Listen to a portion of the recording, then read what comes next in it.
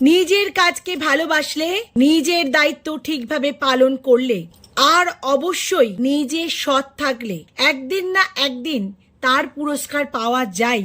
তার প্রত্যক্ষ প্রমাণ হলেন আজকে নারী সুরক্ষা ভারপ্রাপ্ত বুধে আধিকারিক লেডি দাবাং দময়ন্তী সেনের প্রত্যাবর্তন। 2012 সালের ঘটনা, পার্ক স্ট্রিট কাণ্ড, যেখানে এই অফিসার একটি মেয়েকে বিচার পাইয়ে দেওয়ার জন্য সরাসরি চোখ রেখে কথা বলেছিল রাজ্য সরকারের ওপর। কিছু তো একটা হয়েছে। আর তৎকালীন রাজ্য সরকারকে চোখে চোখ রেখে এই কথা বলবার সাহস করেছিল একমাত্র দময়ন্তী সেন। আর তারপরেই তার ঘটে গেছিল জীবনে একটা পরিবর্তন। তিনি যখন পার্ক স্ট্রিট কাণ্ডে এই কথাটা বলেছিলেন যে কিছু একটা ঘটনা ঘটেছে, তখন রাজ্য সরকারের সেটা পছন্দ হয়নি।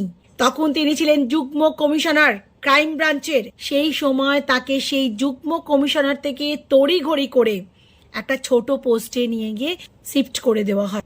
আজ 15 বছর ধরে এই দময়ন্তী সেনকে রাজ্য সরকারের কোনো কাজেই দেখা যায়নি। কিন্তু 2026-এ পালা বদল হলো। তৃণমূল কংগ্রেস চলে গিয়ে এলো বিজেপি সরকার।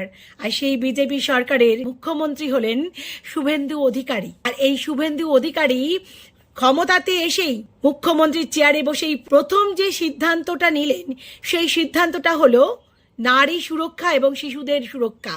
এই 15 বছর ধরে বিভিন্ন নারী এবং শিশুর ওপর যে অত্যাচার ঘটে গেছে, সেই অত্যাচারের অনেক তদন্তই কিন্তু ধামাচাপা পড়ে রয়েছে। সেই তদন্তের ভার দিলেন আমাদের এই দময়ন্তী সেনের হাতে।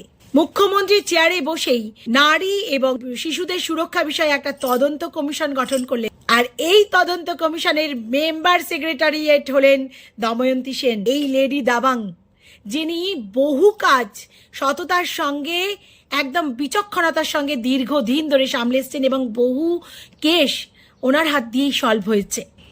ইনি সেই নারী আজ ভারপ্রাপ্ত, যিনি নারী এবং শিশুদের ওপর যে অত্যাচার হয়েছে সেই অত্যাচারের পুঙ্খানুপুঙ্খ বিবরণ সারা রাজ্য ঘুরে নেবেন এবং সেটার শাস্তির ব্যবস্থা করবেন। যিনি কোনোদিন অন্যায়ের সাথে আপোষ করেননি। এই সেই দময়ন্তী সেনের প্রত্যাবর্তন আমাদের সকলের মনকে নাড়া দিয়ে গেল।